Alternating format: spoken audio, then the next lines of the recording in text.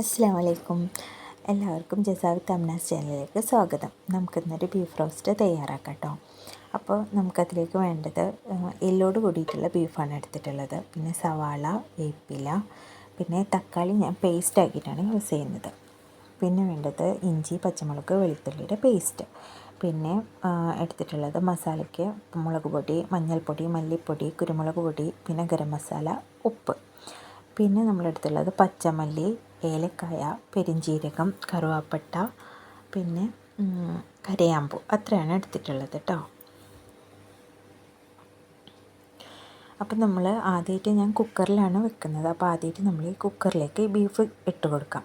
പിന്നെ അതിലേക്ക് നമ്മൾ എടുത്ത് വെച്ചിരിക്കുന്ന സവാളയിൽ നിന്ന് ഒരു പിടി കുറച്ച് സവാള ചേർത്ത് കൊടുക്കാം. പിന്നെ അതുപോലെ തന്നെ ഇഞ്ചി, പച്ചമുളക്, വെളുത്തുള്ളി പേസ്റ്റും കുറച്ച് ചേർത്ത് കൊടുക്കാം. പിന്നെ നമ്മൾ ചേർത്ത് കൊടുക്കുന്നത് ഉപ്പാണ് കേട്ടോ.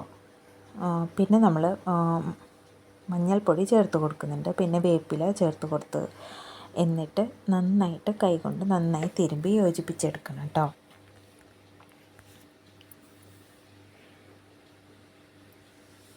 എന്നിട്ട് നമ്മൾ കുക്കർ അടച്ച് വെച്ച് ഞാനൊരു 7 വിസിൽ എടുത്തിട്ടുണ്ട്.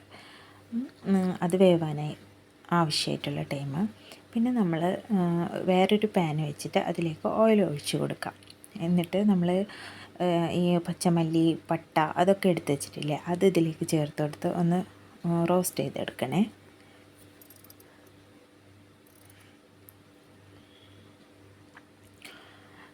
ചെറിയ തീയിൽ വേണം വെക്കാൻ വേണ്ടിയിട്ട് കേട്ടോ, ഇല്ലെങ്കിൽ പെട്ടെന്ന് തന്നെ കരിഞ്ഞു പോകും. പിന്നെ ഇതൊന്ന് മൂത്ത് വരുമ്പോൾ തന്നെ അതിലേക്ക് ഈ മസാലപ്പൊടികളില്ലേ നമ്മൾ നേരത്തെ എടുത്ത് വെച്ചിട്ടുള്ള അതും കൂടി ചേർത്ത് ചെറിയ ഫ്ലെയിമിലിട്ടിട്ട് നന്നായിട്ട് റോസ്റ്റ് ചെയ്തെടുക്കണേ. കരിഞ്ഞു പോവാതെ വേണം എടുക്കാൻ. കരിഞ്ഞു പോയാൽ ടേസ്റ്റ് മൊത്തത്തിൽ മാറിപ്പോവും. അപ്പോൾ ചെറിയ തീയിൽ വേണം വെക്കാൻ വേണ്ടിയിട്ട്. നമുക്ക് നന്നായിട്ട് വറുത്തെടുത്ത് മാറ്റി വയ്ക്കാം കേട്ടോ. എന്നിട്ട് നന്നായി ചൂടാറിയതിന് ശേഷം മാത്രം ഒന്ന് ജസ്റ്റ് ഇത് കുറച്ച് വെള്ളം ചേർത്ത് പേസ്റ്റാക്കി എടുത്ത് വയ്ക്കണം നമുക്ക്. അപ്പോൾ ഇത് നന്നായിട്ട് റോസ്റ്റ് ചെയ്ത് ഒരു പാത്രത്തിലേക്ക് മാറ്റി നമുക്ക് കുറച്ച് ചൂടാറാൻ വേണ്ടിയിട്ട് വയ്ക്കാം. ഇനി കുറച്ച് സമയത്തിന് ശേഷം ഇത് കുറച്ച് വെള്ളം ചേർത്ത് നന്നായി പേസ്റ്റ് രൂപത്തിൽ അടിച്ചെടുക്കാം. എന്നിട്ട് നമുക്കൊരു ചീൻചട്ടി ചൂടാക്കാൻ വെച്ച് അതിലേക്ക് കുറച്ച് ഓയിൽ ചേർത്ത് കൊടുക്കാം. എന്നിട്ട് കുറച്ച് വേപ്പില വെച്ച് നേരത്തെ നമ്മൾ എടുത്തതിൽ നിന്ന് ബാക്കിയുള്ള സവോള നന്നായിട്ട് വഴറ്റി കൊടുക്കാം. അപ്പോൾ ഇതിലേക്ക് നമുക്ക് ഈ ടൈമിൽ കുറച്ച് ഉപ്പ് ചേർത്ത് കൊടുക്കാം. അപ്പോൾ ഉപ്പ് ചേർത്ത് കൊടുക്കുമ്പോൾ ശ്രദ്ധിക്കണം, നമ്മൾ പേസ്റ്റ് ആക്കിയാലും ഉപ്പ് ചേർത്തിട്ടുണ്ട്. പിന്നെ ബീഫ് വേവിക്കുമ്പോഴും നമ്മൾ ഉപ്പ് ചേർത്തിട്ടുണ്ട്. അപ്പോൾ ചെറുതായിട്ട് ഉപ്പ് ചേർത്താൽ മതി.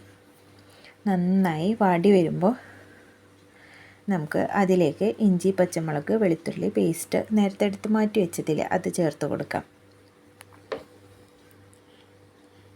നന്നായി വഴറ്റി എടുക്കണം കേട്ടോ.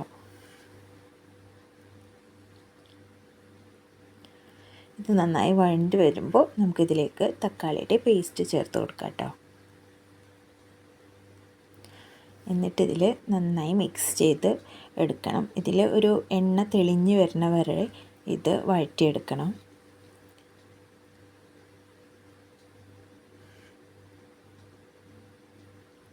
ഇപ്പോൾ എണ്ണ ഇങ്ങനെ തെളിഞ്ഞ് വരുന്നുണ്ട്.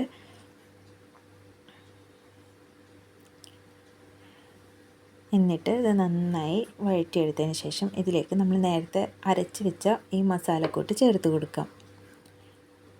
ചേർത്ത് കൊടുത്ത് നന്നായി ഈ സവാള, പിന്നെ പച്ചമുളക്, ഇഞ്ചി, വെളുത്തുള്ളി, അതുപോലെ തക്കാളി ഈ പേസ്റ്റിലേക്ക് ഇത് നന്നായി ചേർത്ത് കൊടുക്കാം.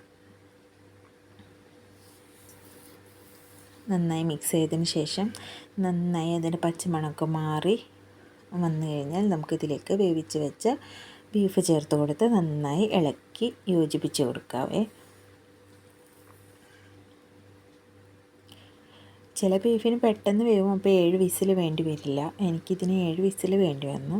അപ്പോൾ നമുക്ക് ഈ മസാലയോട് കൂട്ടി നന്നായി യോജിപ്പിച്ച് നല്ല റോസ്റ്റാക്കി എടുക്കാം കേട്ടോ. വേണമെങ്കിൽ ഇതിൽ മല്ലിച്ചപ്പ്, പുതിന ഒക്കെ ചേർത്ത് കൊടുക്കാം. ഞാനത് ചേർത്ത് കൊടുത്തിട്ടില്ല. എനിക്കൊരു നാടൻ ടേസ്റ്റിലാണ് ഈ ബീഫ് റോസ്റ്റ് തയ്യാറാക്കുന്നത്. നമ്മളെ ബീഫ് റോസ്റ്റ് റെഡി ആയിട്ടുണ്ട്. അപ്പോൾ എല്ലാവരും ഇതൊന്ന് ട്രൈ ചെയ്ത് നോക്കണം. ഇഷ്ടപ്പെട്ട ഷെയർ ചെയ്യണം കേട്ടോ, സബ്സ്ക്രൈബ് ചെയ്യണേ. Thank you.